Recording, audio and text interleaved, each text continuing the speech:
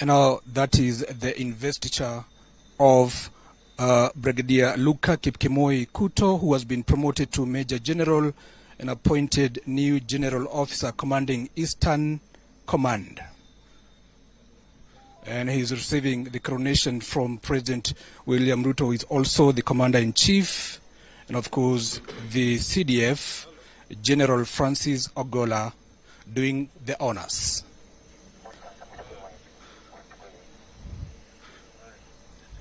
And of course, next in line will be Afaksad Mudhuri Kyuga. Major General has been posted to Kenya Military Academy and appointed the new commandant of the Kenya Military Academy that is based in Lanet in Nakuru County. Of course, these pictures are coming to live from State House, Nairobi, and you're watching KBC Channel 1. My name is Giverson Maina.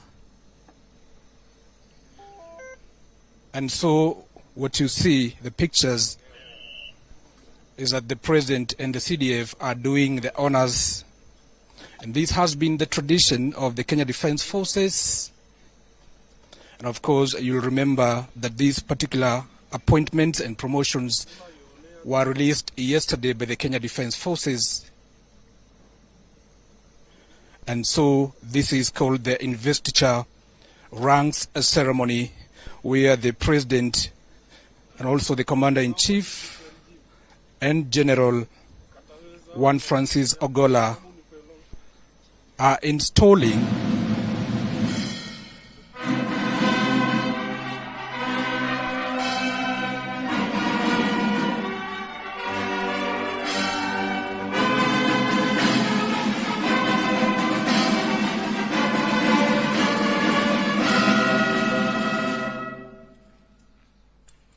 Your Excellency may kindly retreat.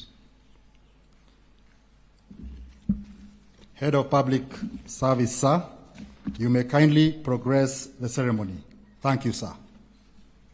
Your Excellency, sir, it is now my humble duty to present the following commanders to take their solemn oath of due execution of office for their respective state offices.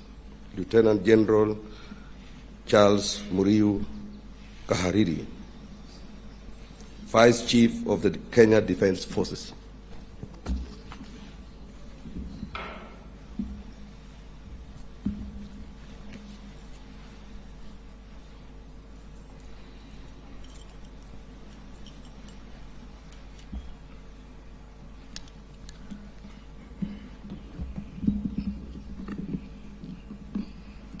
I,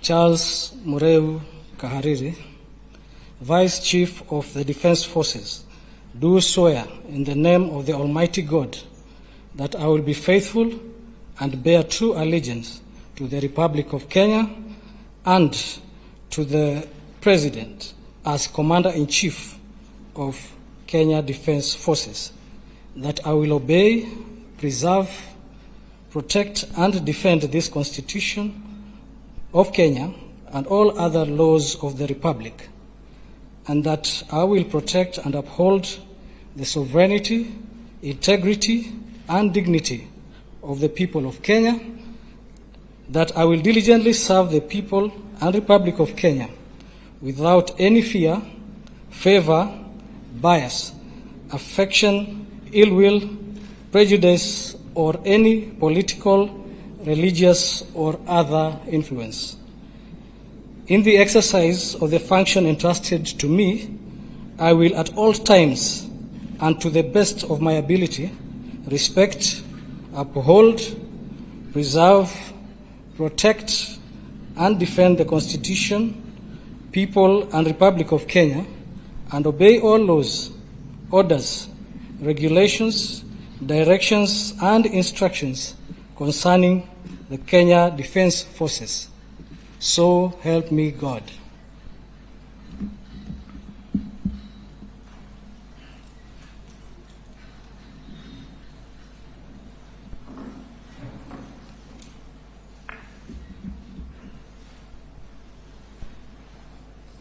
And that is the new Vice Chief of Defense Forces, one Lieutenant General Charles Mureu Kahariri, and he takes the place of Lieutenant General Jonah Maina Mwangi, whose term has come to an end after serving for 42 years in the Kenya Defense Forces. He's just taken the oath of office, and next in line will be the two service commander, one the commander of the Kenya Army, one Lieutenant General Major General David Kimayo, who has been promoted to the rank of Lieutenant General. Of course, Lieutenant General David Kimayo Tarus will replace Lieutenant General Peter Mbogonjiro, whose also term has come to an end after serving for 39 years in the Kenya Defense Forces.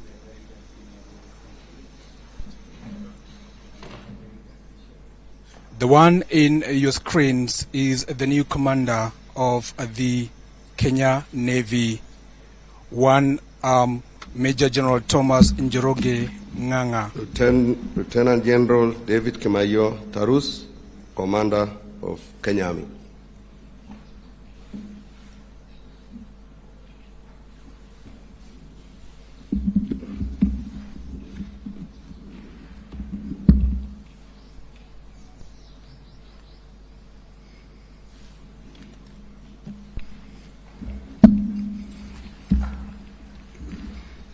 I, David Kimayo Tarus, Commander of the Kenya Army, do swear in the name of the Almighty God that I will be faithful and bear true allegiance to the Republic of Kenya and to the President as the Commander-in-Chief of the Kenya Defense Forces, that I will obey, preserve, protect, and defend this Constitution of Kenya and all other laws of the Republic, and that I will protect and uphold the sovereignty, integrity, and dignity of the people of Kenya, that I will diligently serve the people and Republic of Kenya without fear, favor, bias, affection, ill will, prejudice, or any political, religious, or other influence. In the exercise of the functions entrusted to me, I will at all times and to the best of my ability respect, uphold, preserve, protect, and defend the Constitution, people, and the Republic of Kenya, and obey all laws, orders, regulations, directions, and instructions concerning the Kenya Defense Forces. So help me God.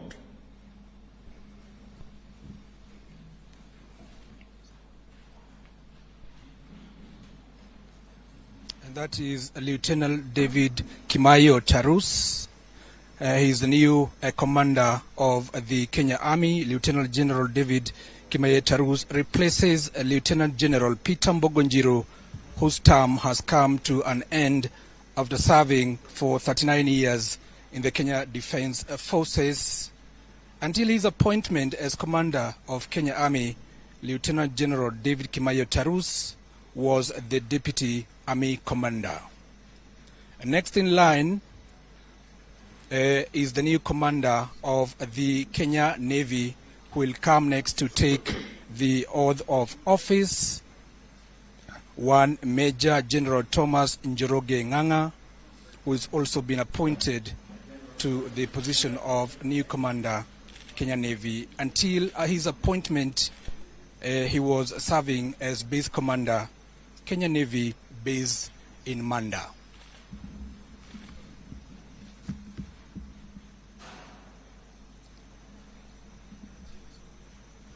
Major General Thomas Njoroge Ng'ang'a, Commander of Kenya Navy.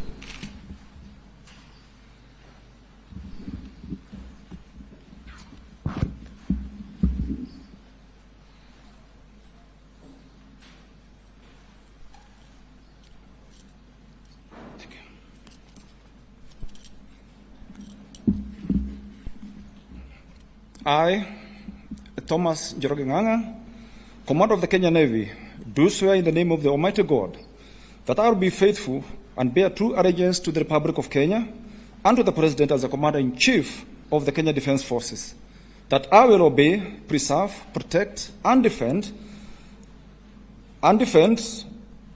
this Constitution of Kenya and all other laws of the Republic, and that I will protect and uphold the sovereignty, integrity, and dignity of the people of Kenya, that I will diligently serve the people and Republic of Kenya without any fear, favor, bias, or ill will, prejudice, or any political, religious, or other influence.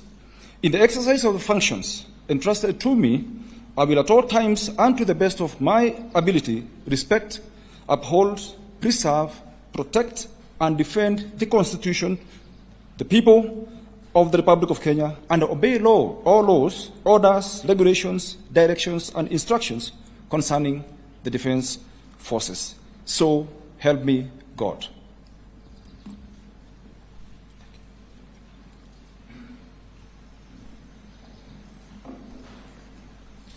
And that is Major General Ng'ang'a, who's taken the helm at the Kenya Navy. He replaces Lieutenant General David Kimayo Tarus. And of course, next in line will be Lieutenant General Jimson Longiro, who's been appointed the new Vice Chancellor, National Defense University of Kenya, whose until his appointment as Lieutenant General, he was serving as the commander of Kenya Navy.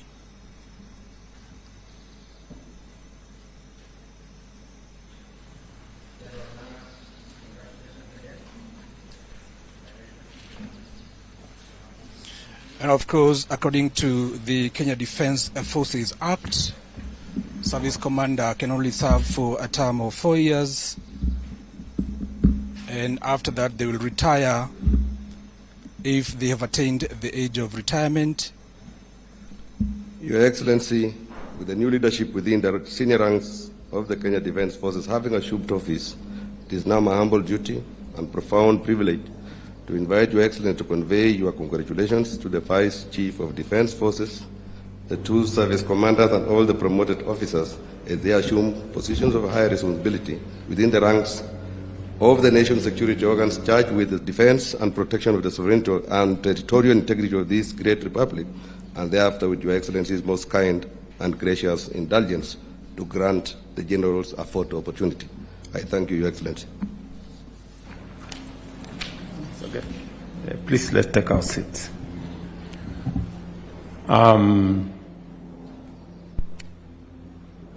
Mr. Deputy President, Prime Cabinet Secretary, Ministers present, CDF, and the military team, let me take this opportunity to congratulate the new generals that I have appointed in various positions to preside over the various formations of the military fraternity in Kenya. The responsibility, I want to say congratulations first to you. Your appointment signifies your commitment to Kenya, your professionalism as officers, and the positions that you have been appointed to are positions you have merited out of your commitment to service to the people of Kenya. And this morning, you take over heavy responsibilities. I am confident that the positions that you now occupy are positions that you're going to use to build the military as an institution. The strength of a nation comes from the strength of institutions that make up the nation. Our Kenya Defence Forces is a very important institution in the Republic of Kenya. It is an important institution because it is among the critical institutions that provide stability to the nation. Without security and stability, it becomes much more difficult to achieve all the other aspirations as a nation. The aspirations for economic development, social development, political progress will be undermined if institutions that guarantee the stability of a nation are not in good shape. I am very proud of our Kenya Defence Forces and the entire security fraternity for their patriotism, professionalism, and dedication to the people and to the Republic of Kenya. You have contributed immensely to the progress of our country by making sure that you discharge your responsibilities, ensuring the stability of our nation so that the rest of the progress in social, economic, and political arenas can progress. I implore you to keep the tradition that today identifies our security agencies and defines the Kenya Defence Forces as a professional organization with great integrity. As I have mentioned to you before, we are working collaboratively as a country to ensure that we bring our nation together and ensure that the fabric of our society is intertwined so that Kenya can be one nation, a nation that is devoid of negative influence.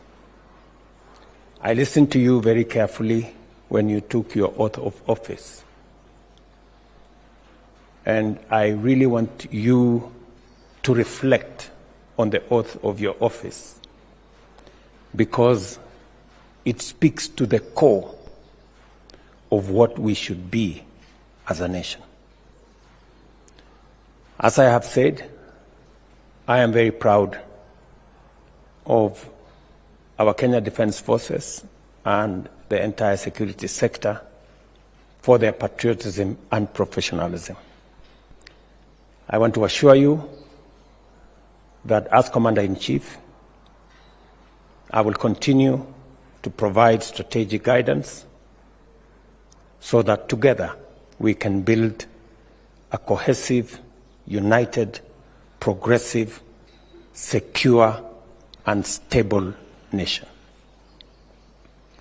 I also want to assure you that you have the support of the government of Kenya in ensuring that you have the wherewithal to secure our nation and to discharge your responsibilities and mandate as established by our Constitution.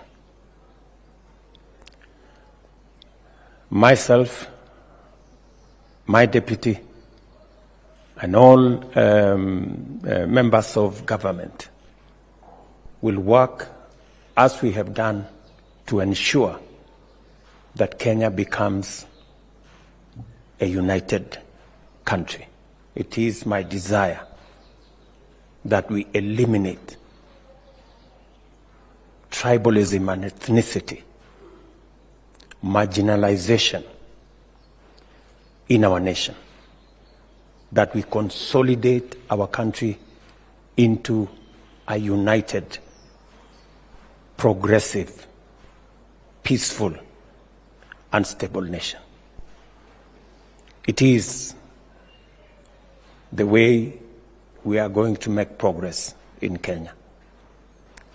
As you provide security and stability for our nation, we will work smart and hard to make sure that we deliver on our commitments to the people of Kenya, ensuring food security, making sure that Kenyans have a decent home,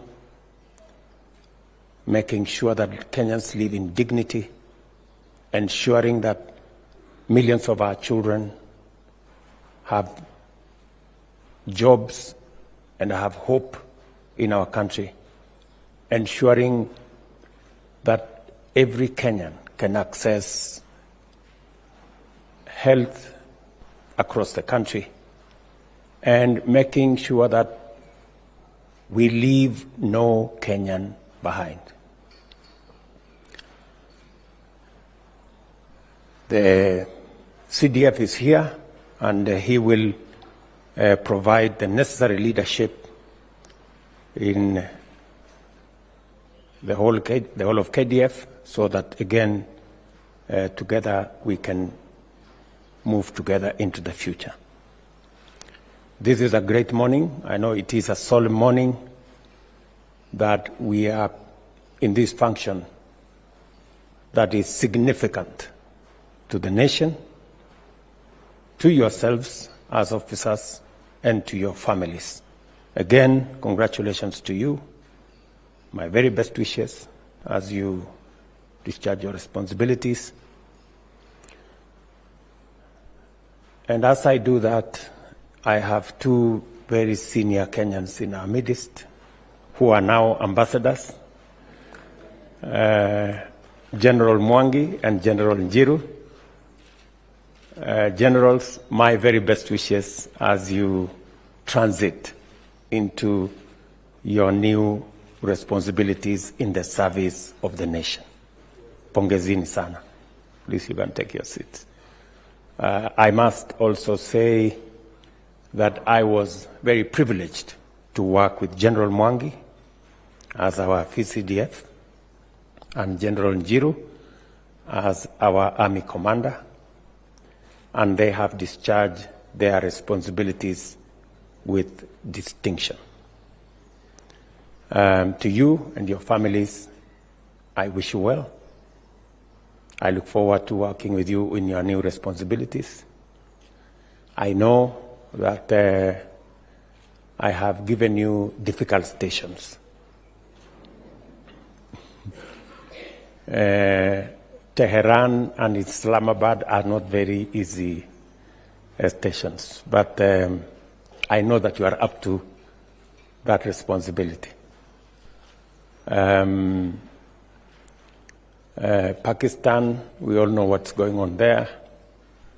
We also know what's going on in Iran, and that is why I believe that senior citizens like yourselves who have wide experience are the best people to man those stations. So again, I look forward to you serving the nation in your new responsibilities,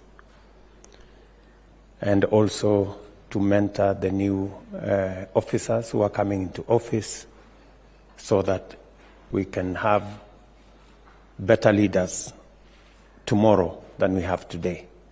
It is also what we are doing in our side, mentoring others so that we can have better leadership for our nation. So asanteni sana, nawatakia heri na baraka.